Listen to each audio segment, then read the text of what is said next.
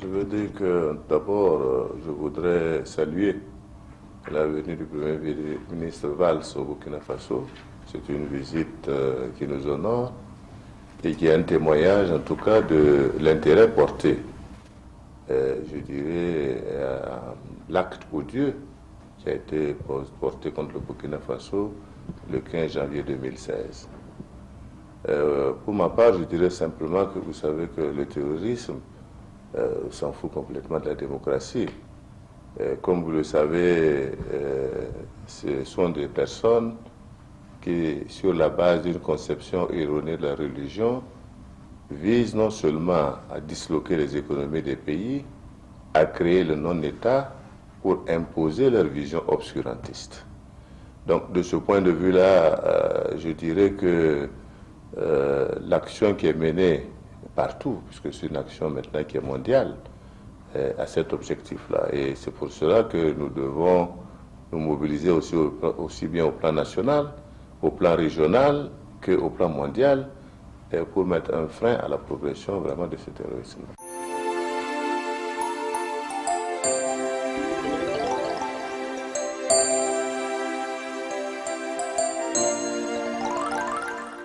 Je voudrais noter que vous savez que le Burkina Faso pendant longtemps était un havre de paix.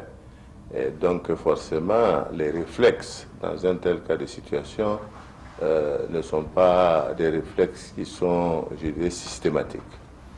Deuxièmement, je voudrais noter que nos forces d'intervention étaient mal dotées dans le cadre de la lutte contre le terrorisme. Il était donc tout à fait logique que dans ce cadre-là, les forces spéciales françaises soient à nos côtés, aussi bien avec les forces américaines, pour aider de concert avec les forces de sécurité de burkinabé à nous permettre d'arriver à bout de ces terroristes qui ont eu beaucoup de temps et fait beaucoup de gâchis.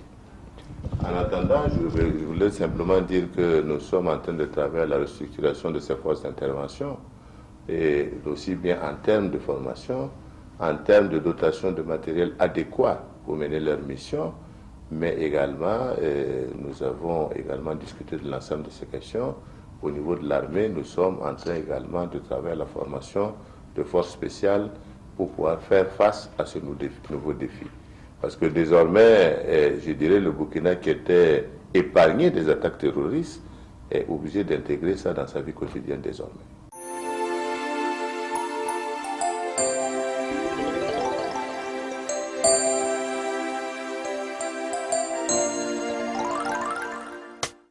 Nous avons demandé, je crois que nous avons été bien compris en termes de formation et en termes d'équipement minimum aussi bien pour la gendarmerie que pour la police, et également en termes de formation de nos forces spéciales. Tout ce package a été exposé et je pense que nous avons été entendus.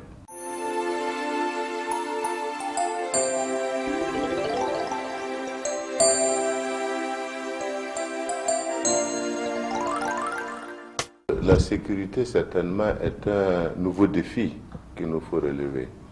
Mais vous savez que la sécurité a des conséquences au niveau budgétaire. C'est pour cela que nous avons expliqué au Premier ministre Valls que tout en luttant contre le terrorisme, nous devons lutter aussi pour le développement.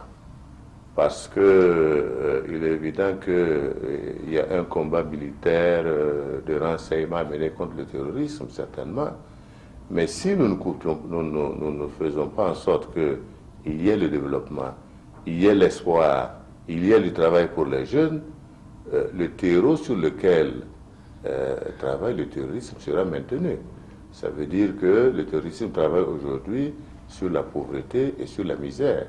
Donc il est important que tout en travaillant à la lutte pour la sécurité, nous travaillons également pour le développement de nos pays.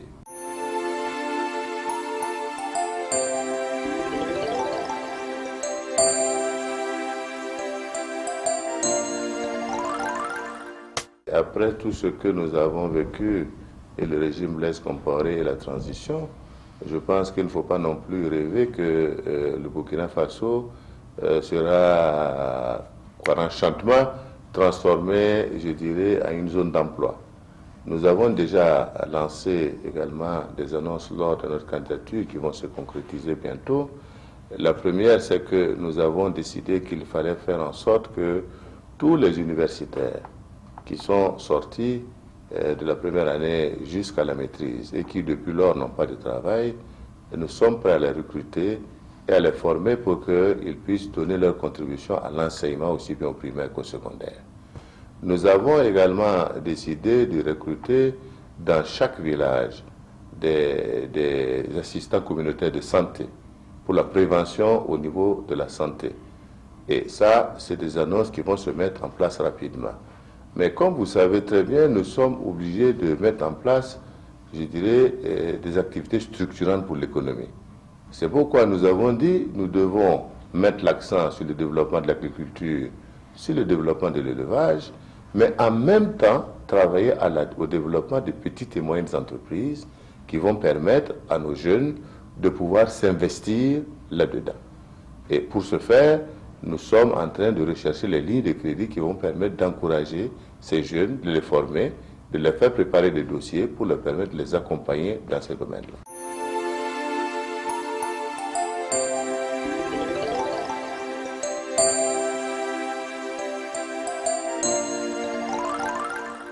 Non seulement l'État recrute chaque année dans la fonction publique normalement, mais nous devons travailler à ce que le privé également puisse recruter également du personnel à travers, comme je disais, la création de petites et moyennes entreprises, mais nous travaillerons également dans le cadre du développement de nos chantiers, notamment les infrastructures et d'autres domaines, à un partenariat privé-public pour permettre de réaliser donc ces programmes-là.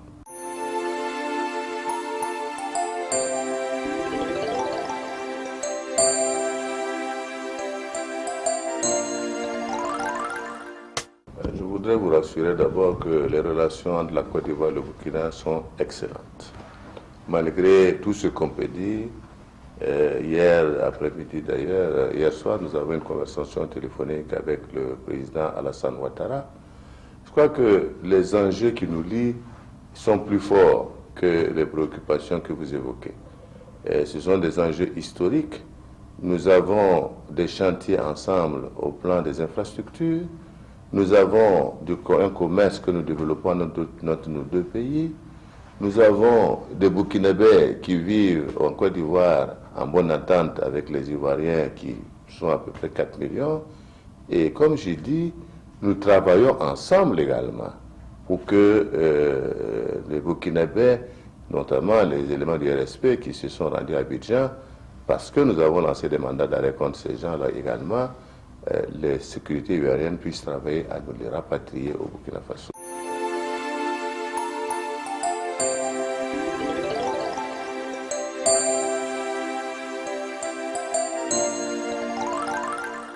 Les efforts sont déjà en cours et je crois que très bientôt nous aurons quelques informations à donner.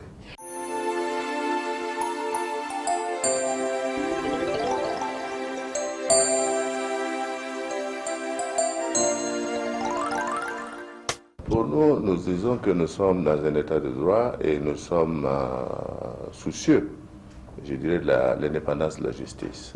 C'est pour cela que lorsque le président Alassane Ouattara a dit qu'il souhaitait que nous en discutions au plan diplomatique, nous estimons que nous pouvons poursuivre ce débat diplomatique qui est un débat de renforcement de la coopération et de l'amitié entre nos deux pays, tout en considérant également que la justice a son indépendance et poursuit donc son travail. Et d'aucuns ont laissé comprendre que, évidemment, le président du Faso a voulu tordre les bras à la justice pour demander instamment qu'on lève le mandat d'arrêt contre Guillaume Soro. Cela n'a jamais été le cas.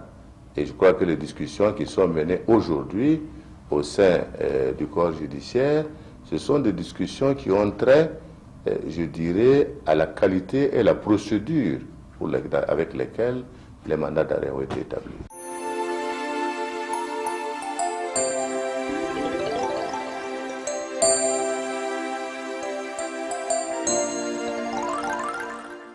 Ce qui est dans la justice, je vous ai dit, elle est indépendante.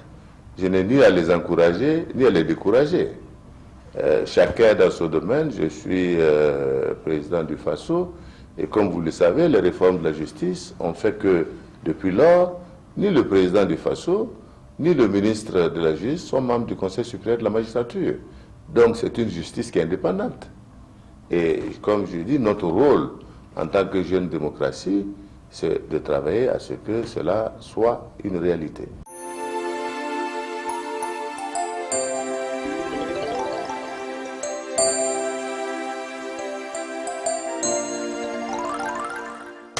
Pour nous, nous avons dit simplement que nous devons travailler à la réconciliation nationale et que cette réconciliation nationale passe par la vérité, la justice et le pardon. Alors, pour nous, évidemment, comme nous avons dit, si Blaise Compaoré veut revenir dans son pays, il devra répondre devant la justice de ce pourquoi il est accusé. Pour nous, ce n'est pas plus compliqué que ça. Il a le droit de revenir, mais voilà la condition. Comme j'ai dit, nul n'est au-dessus de la loi. Donc, par conséquent, il pourra rentrer, mais il répondra devant la justice de ce qui lui est reproché.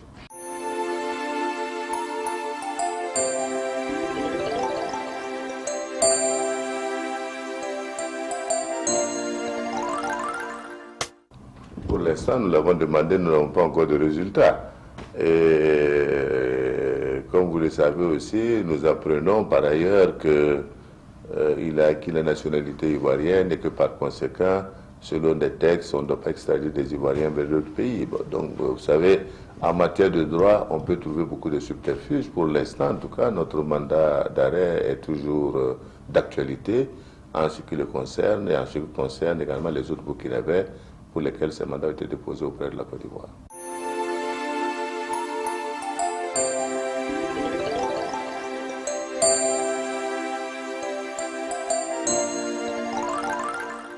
Je voudrais dire que le port de Faso d'Anfani, c'est non seulement un symbole, mais notre souhait, c'est que ce soit vraiment une mentalité.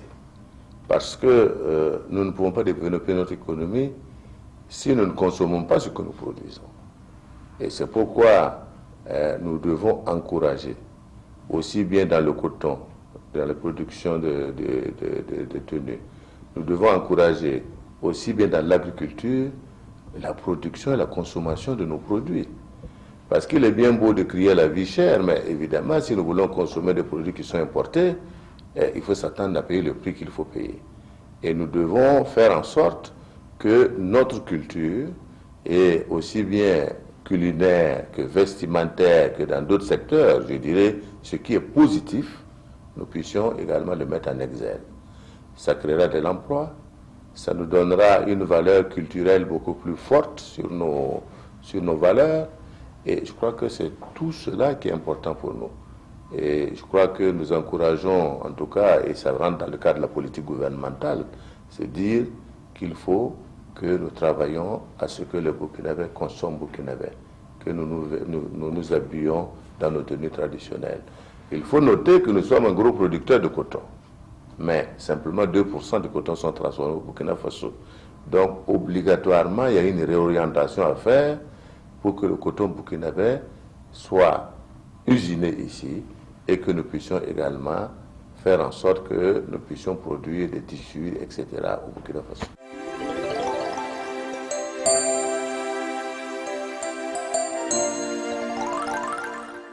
On lance un appel aux investisseurs privés et il y a déjà pas mal qui tapent à la porte pour demander à voir s'ils ont la possibilité de reprendre l'ancien Faso Fani, qui était une usine de production de textiles que nous avions au Burkina Faso. Et nous sommes en discussion parce que là également, possibilité de création d'emplois, utilisation du coton burkinabé en partie pour satisfaire le besoin d'habillement et je crois également l'artisanat également par les femmes, puisqu'on parle également de l'autonomisation des femmes, ça passe également par la transformation de nos produits et également par le tissage de nos tenues traditionnelles.